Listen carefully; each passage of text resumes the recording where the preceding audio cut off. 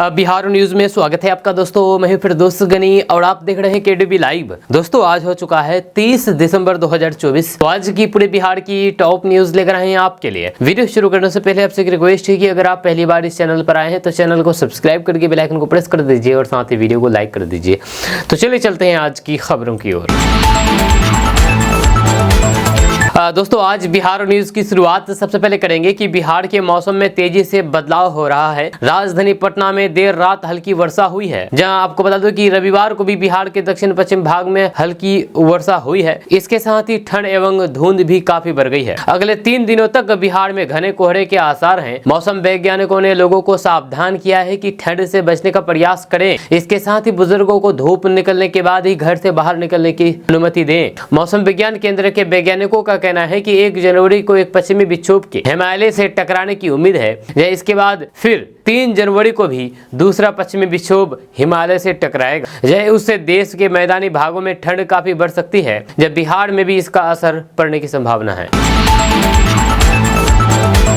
दोस्तों सरकारी नौकरी के लिहाज से साल 2025 बहुत शानदार साबित होने वाला है। बिहार में नौकरी की सौगात जारी है। बिहार शिक्षा विभाग में 6421 विद्यालय सहायकों की नियुक्ति की जाएगी। विद्यालय सहायकों को 16,500 मासिक वेतन दिया जाएगा। जब बिहार विद्यालय सहायक के खाली पड़े पदों पर नियोजन इकाइयों के जरिए नियुक्ति होगी। इसके लिए वित्त विभाग से सहमति मिल चुकी है। बिहार विद्यालय सहायक की सैलरी में हर साल 500 रुपए का इंक्रीमेंट किया जाएगा।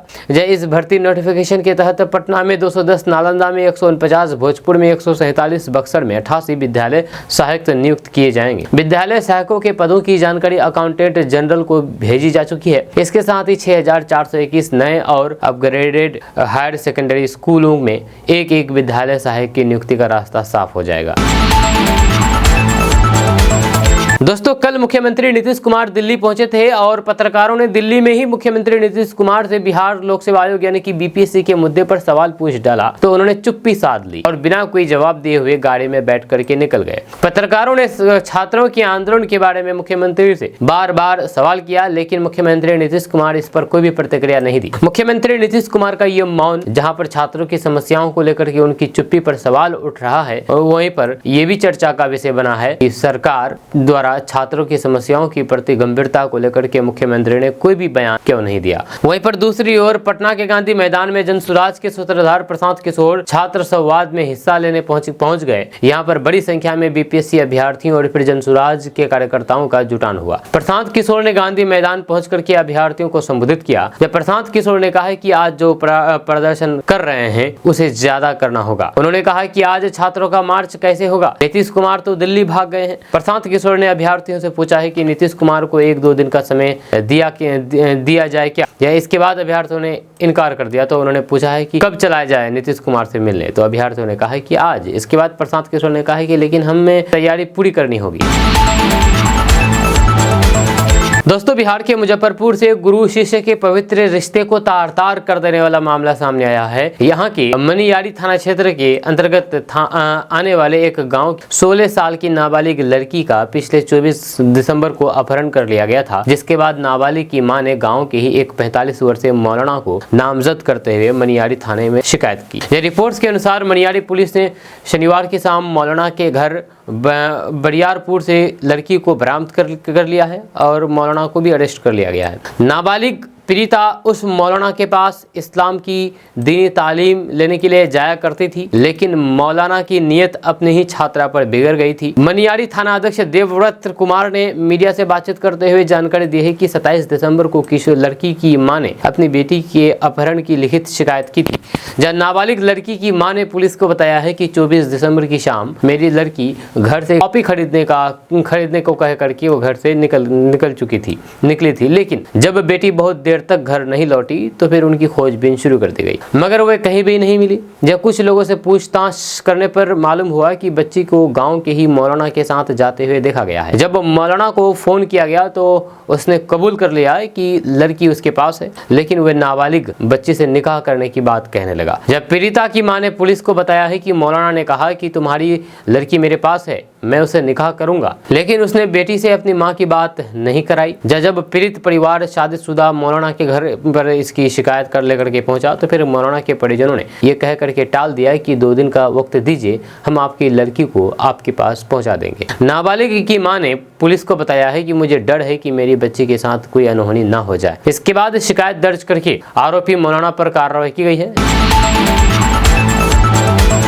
दोस्तों, बिहार की महिलाएं भी अब पुरुषों के साथ कंधे से कंधा मिला करके सभी क्षेत्रों में काम कर रही है। घर की 4 दीवारों के अंदर रह करके परिवार और फिर बच्चों को संभालने वाली महिलाओं ने बदलते वक्त के साथ अपना दायरा भी बढ़ाया है। जो आज बिहार की महिलाएं घर के साथ ही खेती और फिर पशुपालन जैसे कार्यों के लिए भी आगे आ रही है। जब कृषि, पशुपालन, मत्स्य पालन के साथ ही बिहार सरकार की अन्य योजनाओं का लाभ लेने में महिलाओं की भागीदारी बड़ी है। सबसे ज्यादा भागीदारी जीविका समूह से जुड़ी हुई आबादी की है। जहाँ वहीं पर बिहार में 38 लाख से ज्यादा महिलाएं सरकार की कृषि और फिर पशुपालन से संबंधित योजनाओं का लाभ ले रही है। पंजाब, हरियाणा जैसे राज्यों की तरह ही बिहार की महिलाएं भी अब परिवार चलाने के साथ साथ खेती, पशुपालन एवं मत्स्य पालन का काम संभालने लगी है। यह कृषि एवं ग्रामीण विकास विभाग के आंकड़े इसका प्रमाण है। यह सरकार के रिकॉर्ड के अनुसार 38 लाख से अधिक परिवार से जुड़ी महिलाएं जीविका समूह के साथ कृषि एवं पशुपालन से संबंधित योजनाओं का डीबीटी के माध्यम से लाभ ले रहे हैं। ये महिलाएं घर चलाने के साथ ही घर का खर्च चलाने में भी सक्षम है। इसमें पशुपालन से लगभग 9 लाख महिलाएं जुड़ी है। प्रधानमंत्री किसान सम्मान निधि योजना के साथ ही नलकूप योजना, बीज मसाले एवं सहजन योजना, राज्य योजना अंतर्गत सब्जी विकास योजना, प्याज भंडारण संरक्षण, मखाना भंडार गृह निर्माण, शीत गृह निर्माण सहित कई योजनाओं में महिलाएं सीधे अनुदान का लाभ ले रही है। दोस्तों, बिहार के पूर्व डिप्टी सीएम नेता प्रतिपक्ष तेजस्वी यादव अपने विधानसभा क्षेत्र राघोपुर पहुंचे थे। कल पार्टी कार्यकर्ताओं को सदस्यता दिलाते हुए उन्होंने कहा कि हमारी सरकार बनेगी तो फिर माई बहन मान योजना के तहत सभी महिलाओं के खाते में हर महीने 2500 रुपए देने का काम करेंगे। जब वृद्धा पेंशन योजना और दिव्यांग पेंशन योजना को 1500 रुपए कर दिया जाएगा। यही नहीं, बिहार में बिजली कंपनियों की स्मार्ट तरीके से बिहार जनता को राहत देने का काम भी हमारी पार्टी सरकार बनते ही करेगी। उन्होंने कहा है कि हर परिवार को 200 यूनिट बिजली मुफ्त में दी जाएगी। दोस्तों, बिहार के गया में केंद्रीय मंत्री जीतन राम मांझी ने एक बार फिर से लालू प्रसाद यादव और तेजस्वी यादव पर निशाना साधा है।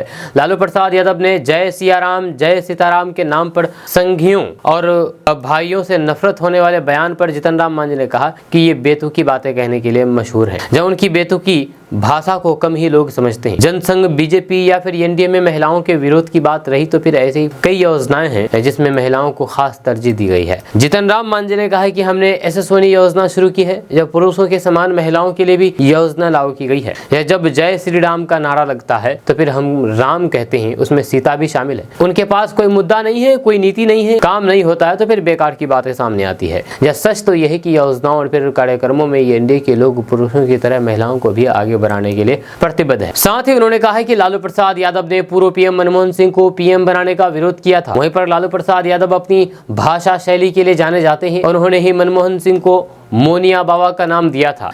वह नहीं जानता था कि वह कितना बड़ा विद्वान है। वह हर तरह से एक विचारशील व्यक्ति थे। जब भारत मंदी के दौर से गुजर रहा था तो फिर ये मनमोहन सिंह की आर्थिक नीतियां ही थी जिसने उसे बचाया। उनका जन्म पाकिस्तान में हुआ था। उन्होंने पाकिस्तान के खिलाफ सख्त कार्रवाई भी की है। हरफन मौला नेता थे। बीपीएससी के छात्रों पर लाठीचार्ज और फिर नीतीश कुमार कर रहे यात्रा पर तेजस्वी यादव के बयान पर उन्होंने कहा कि बीपीएससी में कुल 912 परीक्षा केंद्र थे, जिसमें से 911 परीक्षा केंद्रों पर शांतिपूर्ण परीक्षा हुई। जब वहां पर कोई भी आरोप नहीं लगाया गया। ऐसा सिर्फ एक परीक्षा केंद्र के लिए हो रहा है।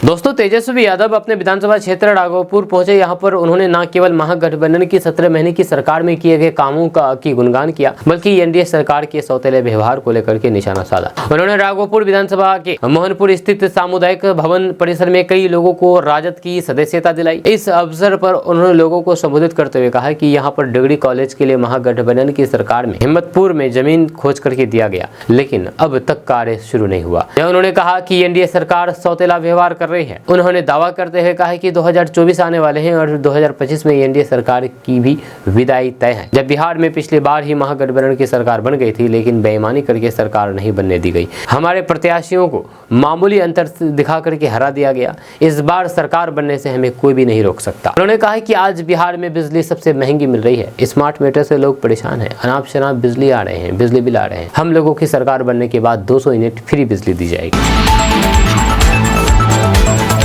दोस्तों, नेता प्रतिपक्ष तेजस्वी यादव का 5वें चरण का कार्यकर्ता दर्शन सह संवाद कार्यक्रम 30 दिसंबर को सीतामढ़ी के डुमरा में आयोजित किया जाएगा, जिसमें शिवहर जिले के कार्यकर्ता भी शामिल होंगे। जब प्रदेश राजद के प्रधान महासचिव रणविजय साहू ने इस संबंध में संबंधित जिलों के जिला अध्यक्ष एवं प्रधान सचिवों को पत्र लिखकर के इसकी तैयारी करने के लिए कहा है। वहीं पर शनिवार को प्रदेश राजद प्रवक्ता एजाज अहमद ने बताया है कि सीतामढ़ी में प्रस्तावित बैठक की तैयारी चल रही है। पार्टी कार्यालय से जो दिशा निर्देश जारी किए गए हैं उसी के अनुसार तैयारियां की जा रही है। यह आगे के कार्यक्रम की सूचना बाद में दी जाएगी। तेजस्वी यादव के कार्यकर्ता दर्शन सह संवाद कार्यक्रम का चौथा चरण 22 दिसंबर को खत्म हुआ था। जहां इस 4 चरणों में अब तक वे 19 जिलों के 102 विधानसभा क्षेत्र के कार्यकर्ताओं के साथ संवाद कर चुके हैं। यह जानकारी देते हुए राजद प्रवक्ता चितरंजन गगन ने बताया है कि कार्यकर्ताओं के साथ संवाद स्थापित करने से कार्यकर्ताओं में नई ऊर्जा का संचार हुआ है। जब लोगों से मिले फीडबैक के आधार पर तेजस्वी ने बिहार को विकसित राज्य बनाने को लेकर के कई कार्यक्रमों की घोषणा की है। तेजस्वी यादव की पहचान अब लीडर ऑफ कमिटमेंट के तौर पर बन चुकी है। जब लोगों को भरोसा है कि वे जो संकल्प लेते हैं अवसर मिलने पर उन संकल्पों के प्रति प्रतिबद्धता भी दिखाते हैं।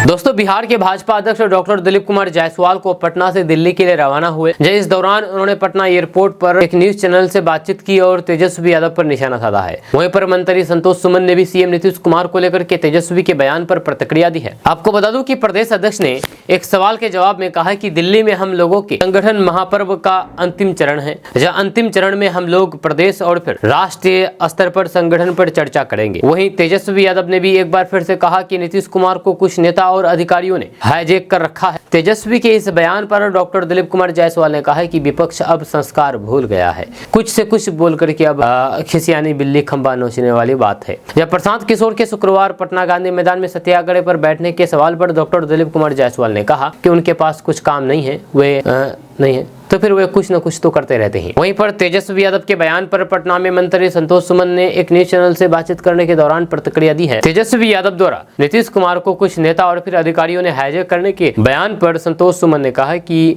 ये सब पुरानी बातें हैं। वे रोज ऐसी बातें पता नहीं क्यों बोल रहे हैं। हमें लगता है कि वे खुद हाईजैक हो गए हैं। वे बहुत हताश हैं। जब वे जनता के बीच जब जा रहे हैं तो फिर देख रहे हैं कि जनता में उनके प्रति कोई भी रुझान नहीं है, इसलिए वे ऐसी बातें बोल रहे हैं।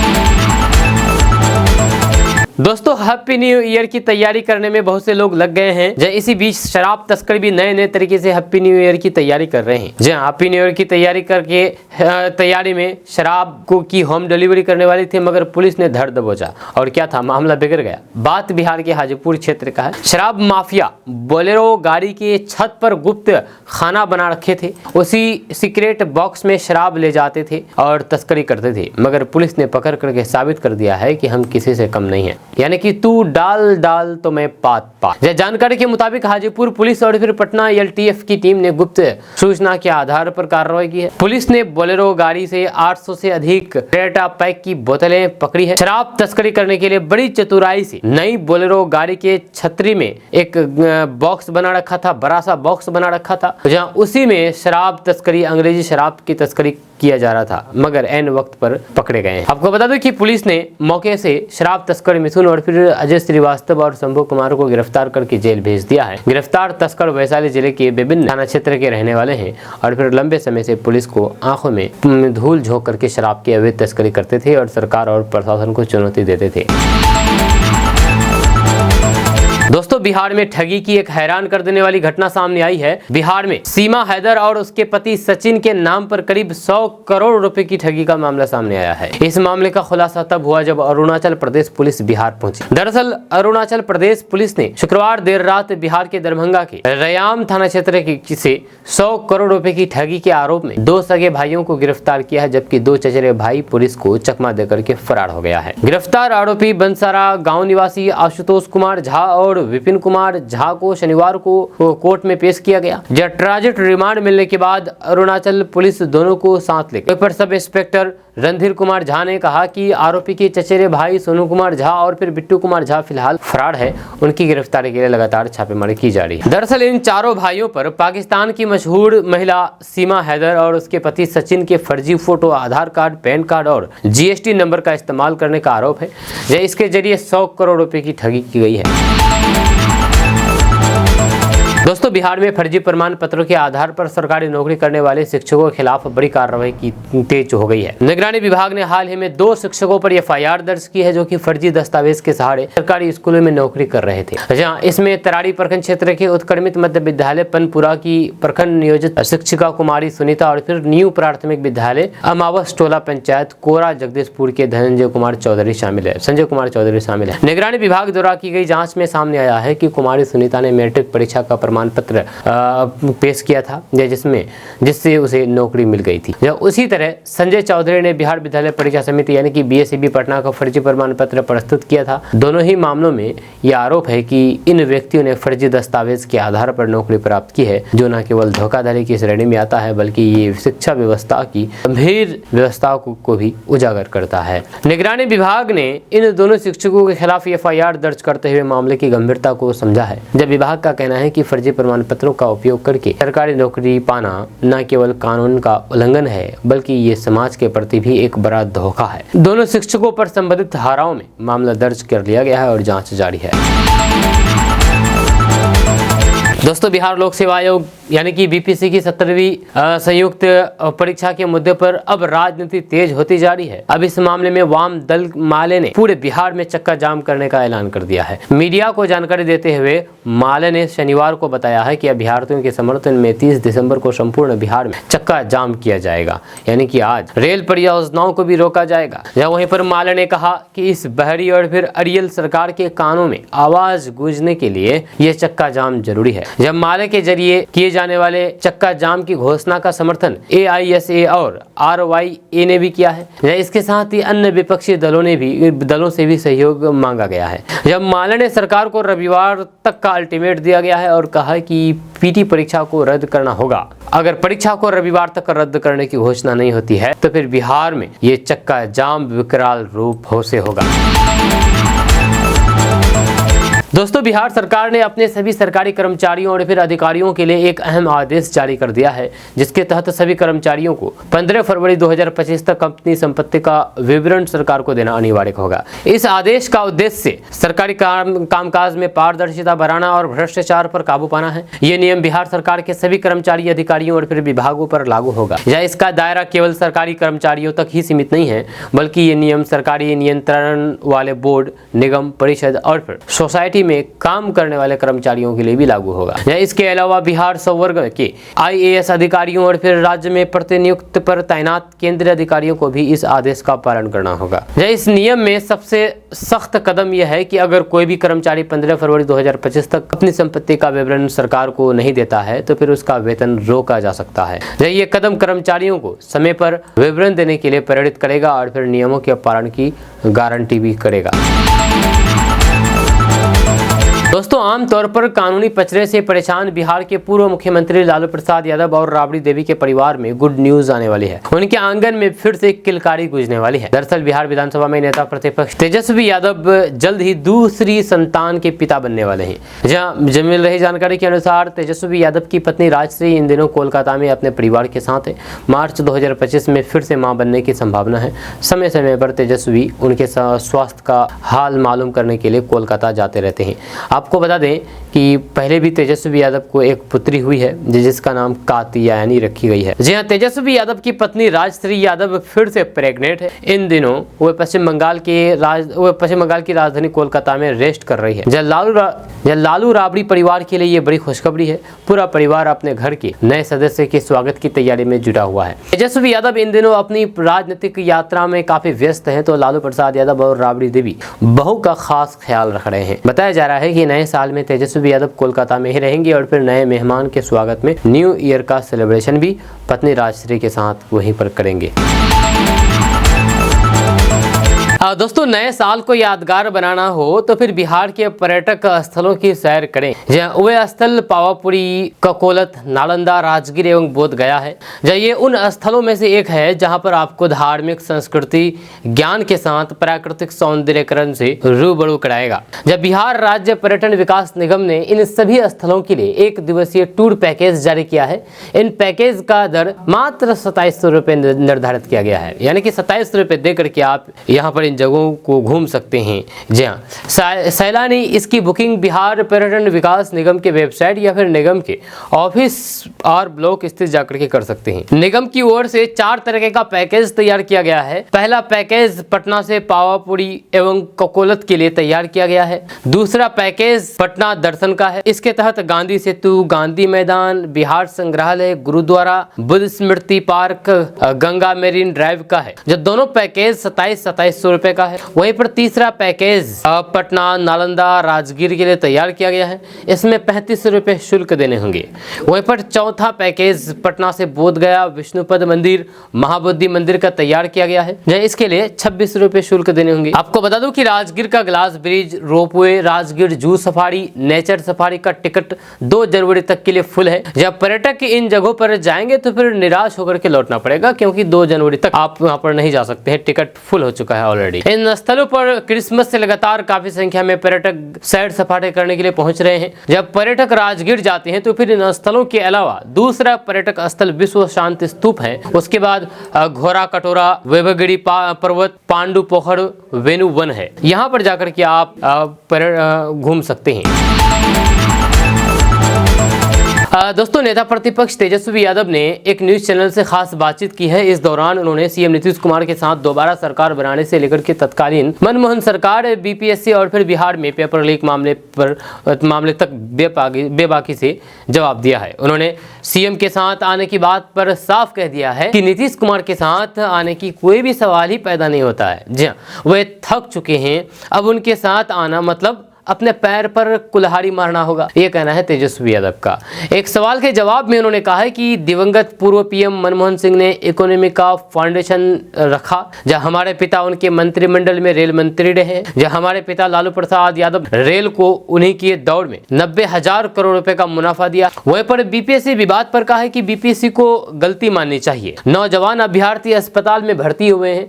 जब एक सेंटर का एग्जाम रद्द करना छात्रों के साथ अन्याय है। नीतीश कुमार बंद कमरे में कर क्या रहे हैं? सीएम थक चुके हैं, थके हैं। सम्राट चौधरी, चिराग पासवान और मांझी कहते थे कि मानसिक स्थिति ठीक नहीं है सीएम जी का, लेकिन अब कहां है? इनका नाम लेकर के 4 नेता अपना काम निकलवा रहे हैं। प्रधानमंत्री कहां है? जब बिहार आते हैं तो फिर आत्मीय संबंध हो जाता है। बीपीएससी पर चुप क्यों है? उन्होंने कहा कि चिराग पासवान कहां है और मांझी जी जैसे नेता, इन लोगों को पद मिल गया है। जब केंद्र में सिक्योरिटी, गाड़ी और फिर बंगला लेकर के बैठे हैं। अब इनके लिए बिहार भाड़ में जाए। दोस्तों, बिहार के चर्चित पूर्व आईपीएस, प्रसिद्ध आध्यात्मिक शख्सियत और फिर पटना महावीर मंदिर न्याय समिति के सचिव आचार्य किशोर कुणाल ने दुनिया को अलविदा कह दिया है। जहां हार्ट अटैक से 74 साल की उम्र में वो इस दुनिया से चले गए हैं। जिस महावीर वात्सल्य अस्पताल को उन्होंने स्थापित किया, वही अंतिम सांस ली है। जहां आचार्य किशोर कुणाल के निधन से बिहार के धार्मिक, सामाजिक और फिर राजनीतिक जगत में शोक की लहर व्याप्त हो गई है। मुजफ्फरपुर के एक गांव में पढ़ाई शुरू करके उन्होंने न सिर्फ आईपीएस बने, बल्कि देश की आध्यात्मिक दुनिया में बेहतरीन ख्याति हासिल की है। नीतीश सरकार के मंत्री अशोक चौधरी की बेटी और फिर सांसद संभावी चौधरी उनकी बहू है, जो कि आचार्य सामाजिक स्मृति की भावना का प्रतीक है। जहाँ आचार्य किशोर कुणाल का जन्म मुजफ्फरपुर के बरूराज गांव के एक भूमिहार परिवार में 10 अगस्त 1950 को हुआ था। उनके पिता का रामचंद्र शाही किसान और फिर समाज सेवी थे। जब उनकी मां रूपमणि देवी गृहिणी थी। यह किशोर कुणाल शुरुआती शिक्षा गांव के ही स्कूल में की थी। बरूराज हाई स्कूल से उन्होंने मैट्रिक की परीक्षा पास की और इंटर की पढ़ाई एसएल कॉलेज मुजफ्फरपुर से की है। जब आगे की पढ़ाई के लिए पटना चले गए। साल 1970 में उन्होंने पटना विश्वविद्यालय से ऐतिहासिक विषय में स्नातक की उपाधि हासिल की। उन्होंने संस्कृति का भी गहरा रिसर्च किया है, अध्ययन किया है। ग्रेजुएशन की पढ़ाई में मेधावी किशोर कुणाल साल 1972 में गुजरात कैडर में भारतीय पुलिस सेवा यानी कि IPS अधिकारी बनकर के अपने प्रतिभा का लोहा मनवाया। जब उनकी पहली पोस्टिंग गुजरात के आनंद जिले में हुई, जिन्हें आनंद का SP बनाया गया। 1978 में उन्हें अहमदाबाद का पुलिस उपायुक्त बनाया गया। आचार्य किशोर कुणाल साल 1983 में पटना के SSP बनकर बनाए गए। जहाँ IPS के रूप में विभिन्न पदों पर सेवा देते हुए 2001 में उन्होंने अपनी नौकरी से इस्तीफा दे दिया और धर्म अध्यात्म की दुनिया में आ गए। बिहार राज्य धार्मिक न्याय बोर्ड के अध्यक्ष बनाए गए। जहाँ इस दायित्व में रहते हुए उन्होंने कई महत्वपूर्ण सुधार किया है। राज्य भर के प्रमुख मंदिरों को धार्मिक न्याय से जोड़ने में उनकी अहम भूमिका निभाई गई है। जहाँ दलित समाज के साधुओं को मंदिरों का पुजारी बनाने में उनकी भूमिका को कभी भुलाया नहीं जा सकता है। दोस्तों, बिहार में CM नीतीश कुमार की पलटी मारने को लेकर के संभावनाओं की सियासत पर चर्चा तेज हो चुकी है। जब बिहार के राजनीतिक परिदृश्य में मुख्यमंत्री नीतीश कुमार के NDA से अलग होने सियासी गलियारों में अटकलें लगाई जा रही है। जब प्रदेश में यानी कि बिहार में हुए हाल के घटनाक्रमों से उनकी राजनीतिक रणनीति में बदलाव का संकेत मिलता है, जिससे विश्लेषकों के बीच उनकी पार्टी और फिर व्यापक परिदृश्य पर इसके प्रभाव के बारे में चर्चा शुरू हो गई है। जब पर्यवेक्षकों ने सार्वजनिक जुड़ाव और फिर रणनीतिक गठबंधनों में वृद्धि देखी है, जो कि आगे गतिशील राजनीतिक चालों का संकेत देते हैं। जैसे सियासी दाव पेच के बीच बिहार में एक महत्वपूर्ण प्रशासनिक फेरबदल हुआ है।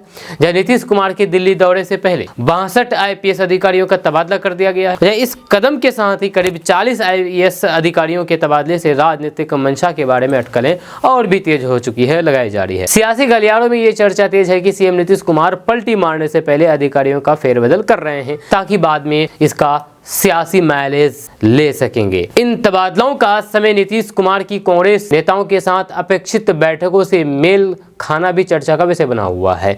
इसके अलावा नीतीश कुमार के रणनीतिक गठबंधन बनाने के हालिया प्रयासों ने राजनीतिक पर्यवेक्षकों का ध्यान खींचा है। इन कदमों को उनके आधार को मजबूत करने और फिर पारंपरिक गढ़ों से प्रभाव का विस्तार करने के लिए सुनियोजित प्रयासों के रूप में देखा जाता है। ऐसे गठबंधन राजनीतिक संतुलन को महत्वपूर्ण रूप में बदल सकते हैं, जिससे नीतीश की महत्वाकांक्षाओं को लाभ मिल सकता है।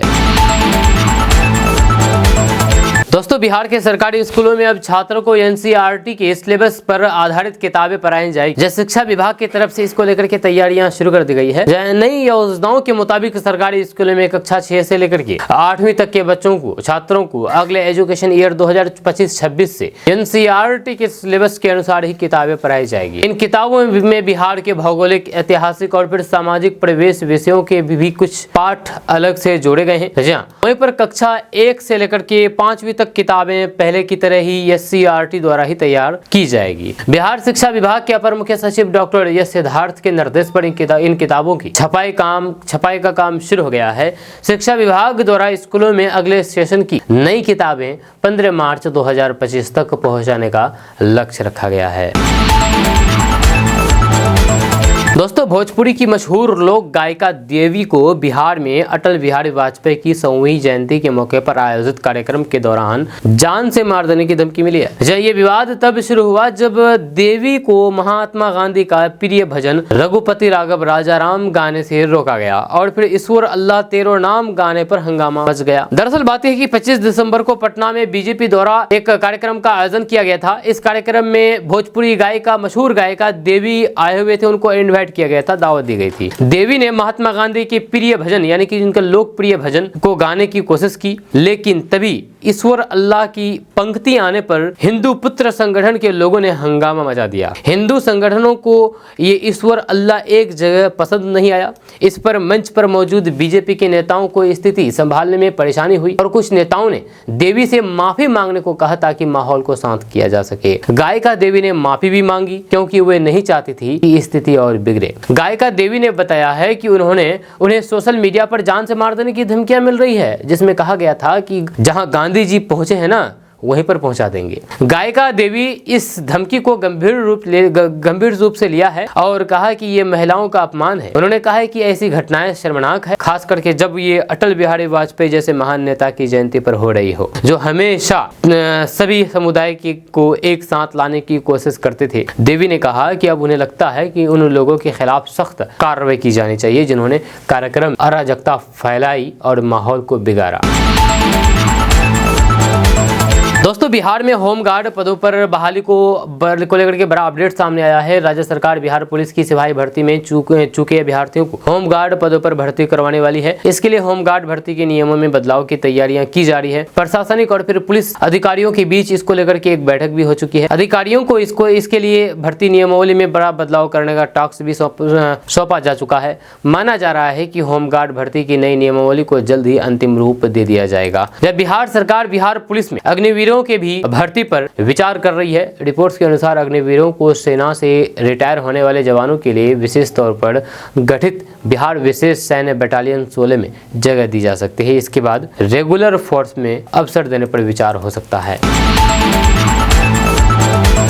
दोस्तों महावीर मंदिर न्यास के सचिव और अयोध्या मंदिर ट्रस्ट के संस्थापकों में से एक आचार्य किशोर कुणाल के निधन के बाद राजनीतिक और आध्यात्मिक गलियारों में शोक की लहर दौड़ गई है। उनके निधन की खबर सुनते ही उनके चाहने वाले भी मर्माहत हो गए हैं। वहीं पर ससुर आचार्य किशोर कुणाल के निधन के बाद समस्तीपुर की सांसद और उनकी बहू संभावित चौधरी भी फूट फूट करके रोने लगी। इस दौरान नीतीश सरकार में मंत्री और फिर आचार्य किशोर कुणाल के समधी अशोक चौधरी भी बिलखते हुए नजर आए। आचार्य किशोर कुणाल के निधन के बाद उनके घर पर श्रद्धांजलि देने वालों का तांता लगा हुआ है। उनके करीबी और चाहने वाले लोग उनकी एक झलक पाने के लिए दूर दूर से आ रहे हैं। आपको बता दें कि कल सुबह उन्हें कार्डियक अरेस्ट हुआ था, जिसके बाद उन्हें तत्काल महावीर वात्सल्य अस्पताल ले जाया गया, लेकिन उनकी जान नहीं बच सकी और उनका देहांत हो गया।